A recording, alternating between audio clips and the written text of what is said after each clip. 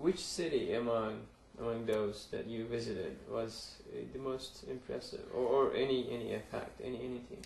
It's hard to pick a single one. I mean, Istanbul is just it's just a mind-blowing experience because there's so many different cultures all existing in Istanbul, and from ancient to very, very modern, all living side by side. Izmir, beautiful, beautiful city. Antalya, the beaches and the trees and the homes.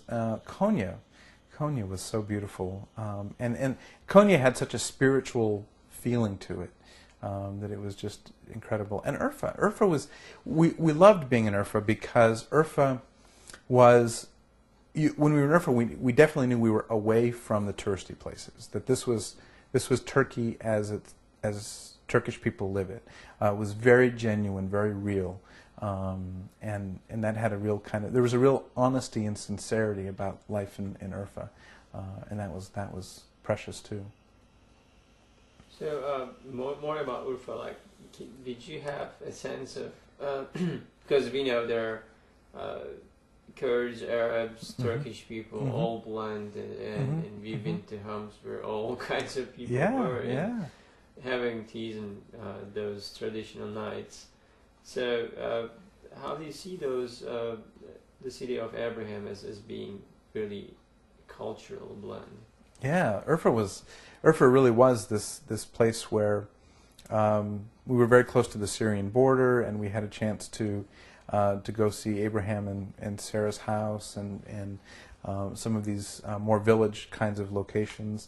To see some of the ruins around Urfa of the ancient university, and there really was a sense of Urfa felt very Middle Eastern, where there's a strong Arabic presence, a strong Kurdish presence, and Turkish presence, and they all working together. And I didn't sense any kind of hostility or tension there at all. Our bus, I remember going when we went to one of the homes of one of the IID volunteers who there was a party being thrown for he and his fiancée. They were going to be getting married several weeks after our trip, and we were in his neighborhood, and he was of Kurdish background, and his father lived in this area and had a very nice house, and invited us all to come to be part of the celebration. Again, tremendous generosity, and as our bus is going through all of this, we happened to interrupt a wedding party that's happening in the street. And of course, we're on the bus. We're like, "Oh, this is horrible." Here we are disrupting their wedding. But at the same time, it was wonderful to see such a spontaneous celebration of excitement and families getting together. Right there, life happening right before us. It was great. And if it had been my wedding party, I would have been furious. But the people in the wedding party, here was this big bus coming through on the street where they're trying to have a dance. And they were waving to us and saying hi and all kinds of things. So it was just fantastic. So knowing historically and today's Turkey and Turkish people and Turkish Muslims, which we can say, like historically speaking, the culture coming through all those background and kind of mixing in with today's modern world. How would you describe the Turkish people's position to the other religious faiths? So you're asking about how is Islam within Turkey compared to Christianity in Turkey or Judaism in Turkey? So the Turkish people living in Turkey, how were they to the other members of different faiths? Mm-hmm. Well, that was again one of the wonderful experiences we had of seeing how, whether we were in Hagia Sophia or in the Blue Mosque, in Istanbul and other places, that there was, or even the different ruins, which would include some Christian churches, and we visited a synagogue, other mosques, that all of these things are part of the culture, and they're all seen as part of the rich tapestry that makes up Turkey. I remember being in Istanbul, and we looked at the city skyline, and we saw this kind of wonderful silhouette. I even took a picture of it, of a church with its steeple and then the cross on the steeple, and then probably about a quarter mile away was a mosque with the minarets, and with the angle of the photograph you could get the cross and the steeple and the minarets in the same frame, with all of the rooftops of the houses in between. And it was just, of these things just, living side by side as part of the air that people breathe. And, another great story. We were traveling and went to this place, and I'm sorry that I forget the location, but it was a kind of like almost a truck stop or a roadside stop built by bus drivers, where there were 3 houses of worship next to each other with their front doors all facing each other.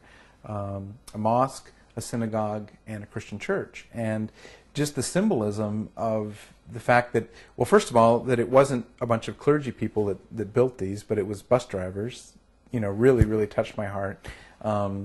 And second of all, that they wanted a place so that when they, as the drivers, would come, they had a place to pray, but that also their passengers, whether their passengers were Muslim, Jewish, or Christian, would have a place to pray and a place to rest. And then at this collective rest stop with all 3 of these worship centers there, that it really, again, reinforced the sense of, this is what Abraham would have wanted. The idea that all 3 of these faiths can live side by side in peace, without having to be suspicious of each other or to be fearful. That was another one of the great things about being in Turkey, again, is that there was just this sense of tremendous trust, that that we were being taken care of, that our hosts had our welfare in mind. I never once, the whole time I was there, ever felt any fear. Fear for myself or fear in the people that I met.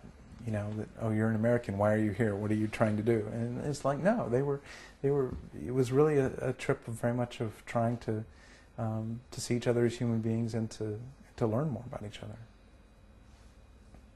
More on the history and culture and religion. After the trip, would you recall some impression left on you about that whole culture miles away? I guess the impression that was left on me was that this is a culture which has so much history, has so many collective memories of the generations of communities that have lived there. And yet they exist with that history with an openness to the future. They don't live in the past. They live with the past, but they live open to what the future is bringing them. I think Turkey presents a real opportunity for the rest of the world, particularly the Christian world and the Muslim world, to look at how in the 21st century we can find ways of partnering and cooperating, because I think it's happening in Turkey. And if we spent more time looking at that and seeing how it's done and lifting that up, celebrating it, honoring it, we could see that it doesn't have to, this doesn't have to be a unique situation. We could export this cooperation to other places and realize that that there is so much common ground that we have. We're not the same. We're not identical, but we share so much. And Turkey is a place where that sharing really becomes evident.